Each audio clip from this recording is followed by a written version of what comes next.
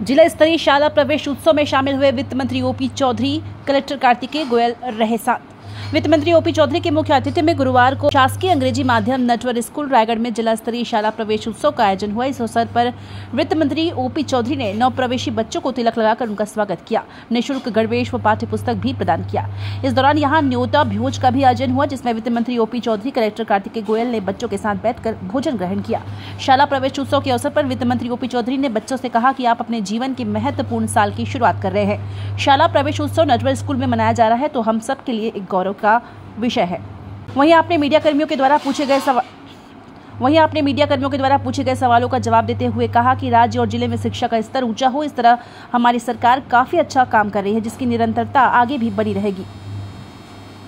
इसके साथ ही शिक्षा संबंधी निर्माणों की गुणवत्ता बनाए रखना उनकी प्राथमिकता में शामिल है। जिले में नालंदा की बहुत बड़ी परियोजना बनने जा रही है। साथ ही जिले के छात्रों का भविष्य संवारने के लिए सार्थक करियर काउंसलिंग की व्यवस्था पर जोर दिया जा रहा है। हम लगातार काम कर रहे हैं और भी काम करते रहेंगे और निर्माण क्वालिटी को, चाहे सरकार जो भी, उसको मैं राजनीतिक आरोप प्रत्यारोप नहीं लगाना चाहता। अगर स्कूल बिल्डिंग बनती है और 8 साल 10 साल में वो जर्जर हो जाती है, उसको फिर से बनाने की नौबत आएगी। तो इस पर ऐसे गुणवत्ता पे सुधार के लिए हम सबको एक सिस्टम के रूप में चिंता करनी चाहिए। शिक्षा के विकास के लिए हम रायगढ़ में लगातार काम करेंगे। नालंदा का बहुत बड़ी परियोजना बन रही है, उसके फंड अरेंजमेंट के लिए भी प्रयास किए जा रहे हैं बहुत बड़े स्तर पर, ताकि यहाँ पे युवाओं के लिए एक नया माहौल बनाया जा सके। यहाँ एक हॉर्टिकल्चर कॉलेज की स्थापना का भी काम आगे बढ़ाया जा रहा है। प्रयास विद्यालय जो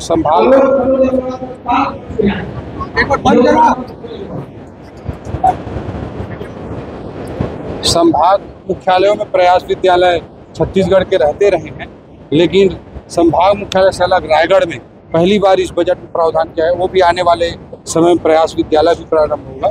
और रायगढ़ के बच्चे काफ़ी अच्छे मेहनती भी हैं, यहाँ के शिक्षक भी काफ़ी मेहनती है।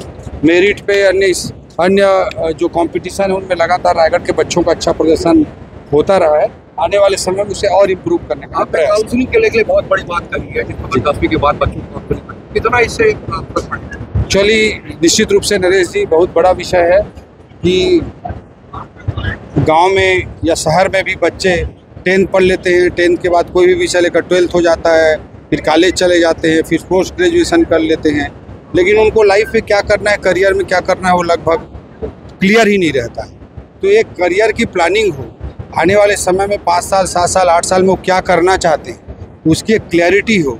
इस चीज़ को अगर बच्चों में एक क्लियर रोड मैप उनके भविष्य को करके करियर को लेकर बना लेंगे तो वो सफल होंगे। गिनती की पढ़ाई करते रहेंगे और अचानक सोचेंगे कि हम क्या करना है, तो सफलता हाथ नहीं लग पाएगी, मुश्किल हो।